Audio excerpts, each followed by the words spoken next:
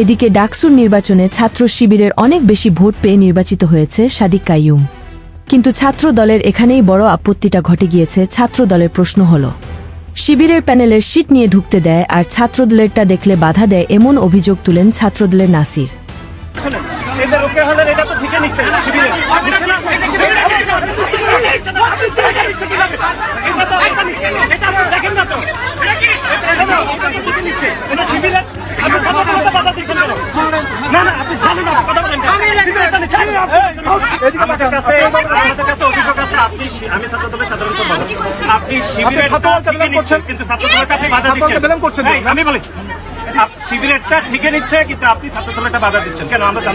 শুধু তাই নয়, শিবির জামায়াতের লোক ক্যাম্পাসে এনে ভোট কারচুপি করছে, এমন ও অভিযোগ তুলেন এই ছাত্রদল।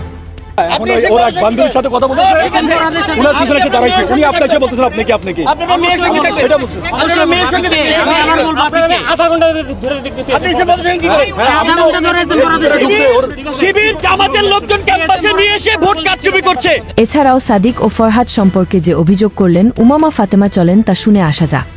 প্রত্যেকটা আগত শিক্ষার্থী হাতে ধরিয়ে দিয়েছিল এবং ইন্টারেস্টিং পার্টি সেটা উল্টাপিঠের মধ্যে সহসভাপতি আবু সাদিক, সাধারণ সম্পাদক এস এম ফরহাদ, সহসাধারণ সম্পাদক মহিউদ্দিন খান।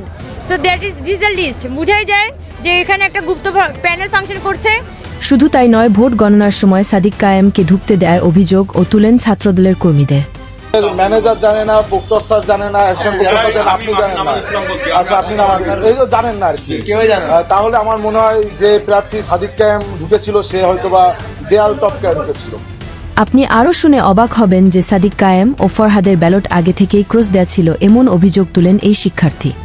যে ব্যালট পেপারে দেওয়া হয়েছে ওখানে ফরহাদ আর সাদিক কায়েমের নাম আগে থেকে ক্রস দেওয়া ছিল।